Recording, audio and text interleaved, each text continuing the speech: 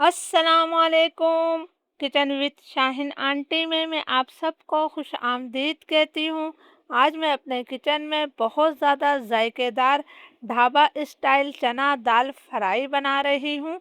अगर आपकी चने की दाल जायकेदार नहीं बनती, इसके अंदर वो खुशबू और जायका नहीं आता है, तो आप इस रेसिपी को आखिर तक देखिएगा। इसमें मैं कुछ ख़ास चीज़ें शामिल करती हूँ जिससे इस दाल का जायका कई गुना बढ़ जाता है और इंशाल्लाह ढाबे वालों से भी ज़्यादा मज़ेदार ये दाल बनेगी।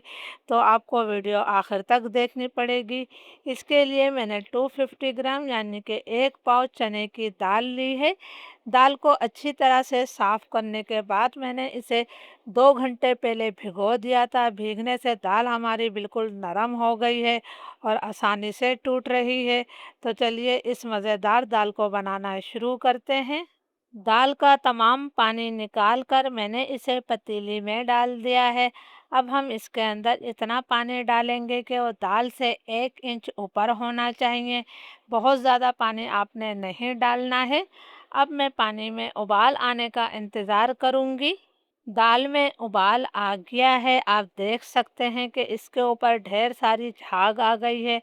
तो ये तमाम झाग मैं निकाल लूँगी क्योंकि ये सेहत के लिए अच्छी नहीं होती और ये दाल का जायका भी ख़राब कर देती है।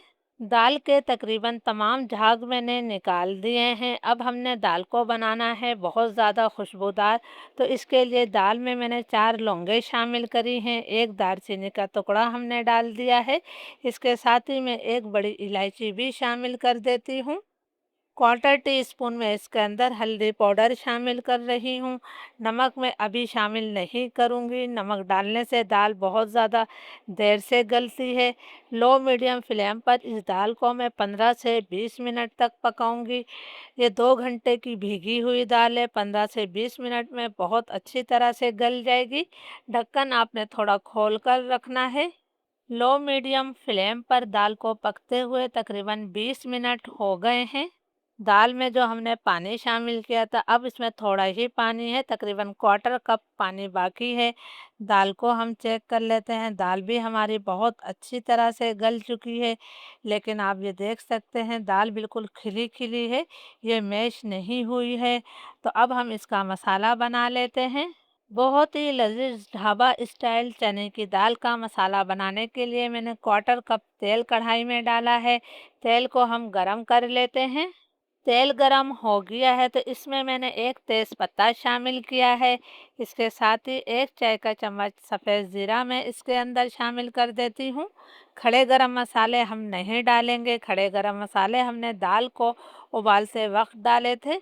ज़ीरे को हमने यहाँ पर 30-40 सेकंड तक फ्राई कर लेना है। ज़ीरा हमारा फ्राई हो गया है तो अब मैं इसके अंदर एक दरमियाने साइज़ से थोड़ी बड़ी प्याज को बारीक चॉप करके शामिल कर रही हूँ। अगर आपके पास छोटी प्याज है तो फिर आपने 2 प्याज लेनी है। प्याज को हम इतनी देर तक फ्राई करेंगे कि इसका हल्का सा गोल्डन ब्राउन कलर आ जाए। बहुत ज़्यादा डार्क कलर आपने प्याज को नहीं देना है। प्याज पर हल्का गोल्डन ब्राउन कलर आ गया है। आप देख सकते हैं कि बहुत ज़्यादा डार्क कलर मैंने प्याज को नहीं दिया है। 1 खाने का चम्मच भरकर मैंने अदरक लहसुन का पेस्ट शामिल कर दिया है।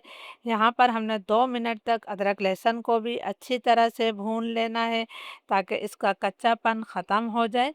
अदरक लहसुन की अच्छी तरह से भुनाई किया करें ताकि आपके सालन जो है जायकेदार बने। अदरक लहसुन हमारा अच्छी तरह से भुन गया है, इसमें से बहुत प्यारी खुशबू आने लगी है।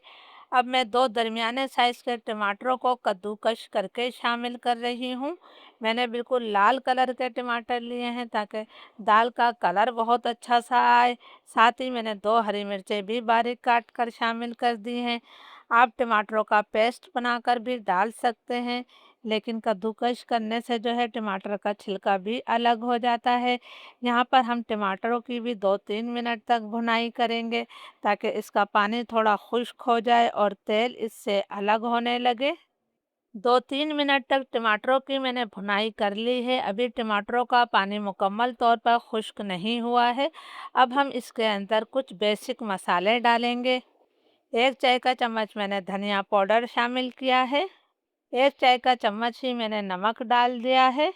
1 चाय का चम्मच ही मैं लाल मिर्चों का पाउडर शामिल कर रही हूँ। नमक मिर्च हमेशा अपने टेस्ट के मुताबिक ही लिया करें। क्वार्टर टी स्पून मैंने हल्दी पाउडर शामिल कर दिया है। क्वार्टर टी स्पून हल्दी हमने दाल को उबालते वक्त भी डाली थी। थोड़ा मैं पानी शामिल कर रही हूँ ताकि मसाले हमारे जले नहीं। जो हमने स्पेशल मसाले डालना है वो हम बाद में शामिल करेंगे।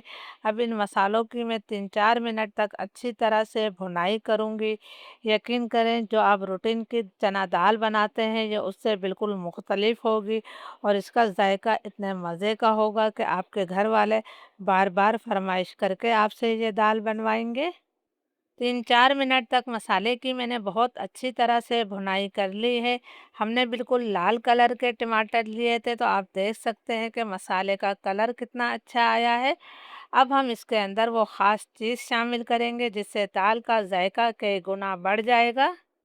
1 चाय का चम्मच भरकर मैं इसके अंदर सौंफ का पाउडर शामिल कर रही हूँ। सौंफ हाजमे के लिए बहुत अच्छी होती है, ये दाल का जायका भी कई गुना बढ़ा देगी। 1 चाय का चम्मच ही मैं इसके अंदर चिकन पाउडर शामिल कर रही हूँ। इससे भी दाल का जायका कई गुना बढ़ जाता है। अगर आपके पास चिकन पाउडर नहीं है तो आप इसके अंदर 1 चिकन क्यूब भी शामिल कर सकते हैं। दोनों चीज़ों को हम अच्छी तरह से मिक्स कर लेते हैं। अभी हम इसके अंदर एक ख़ास चीज़ और डालेंगे जो दाल के जायके को 4 चाँद लगा देगी। दोनों चीज़ों को मैंने अच्छी तरह से मिक्स कर लिया है। अब हम इसके अंदर दाल शामिल करेंगे। ये चीज़ ज़हन में रहे कि दाल में तकरीबन क्वार्टर कप पानी मौजूद है। उस पानी के साथ ही मैंने तमाम दाल जो है वो कढ़ाई में डाल दी है।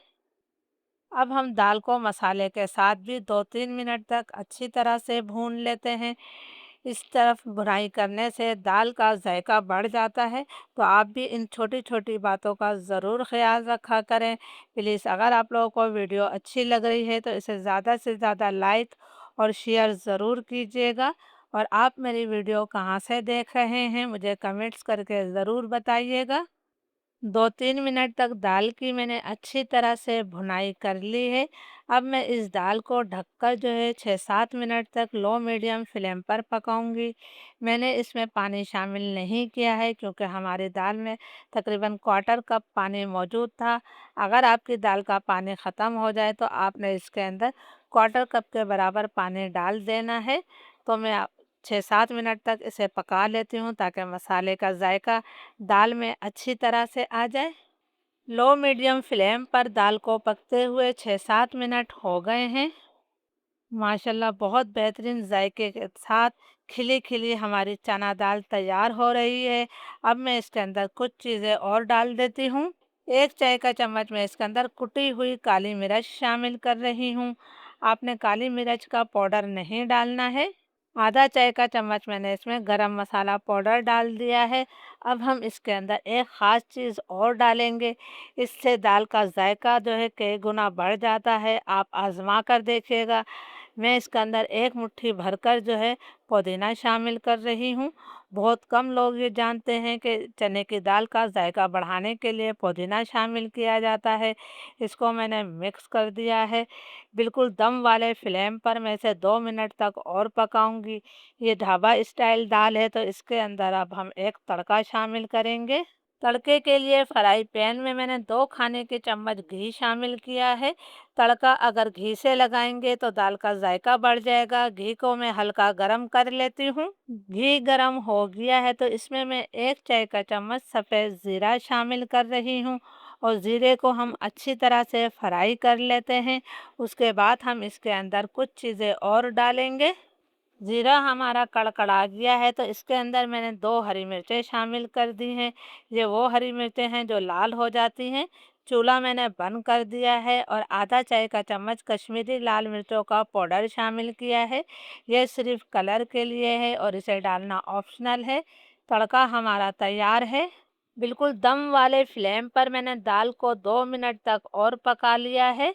अब हम इसके अंदर तड़का शामिल कर देते हैं। चूल्हा मैंने अब बंद कर दिया है। 2 मिनट के लिए हम इसे ढक देते हैं, फिर 2 मिनट बाद हम इसे सर्व करेंगे। अल्हम्दुलिल्लाह हमारी नहायत लज़ीज़ ढाबा स्टाइल चना दाल फ्राई तैयार है। तो आप लोगों ने ज़रूर इस रेसिपी को ट्राई करना है। इजाज़त दीजिए, अल्लाह हाफ़िज़।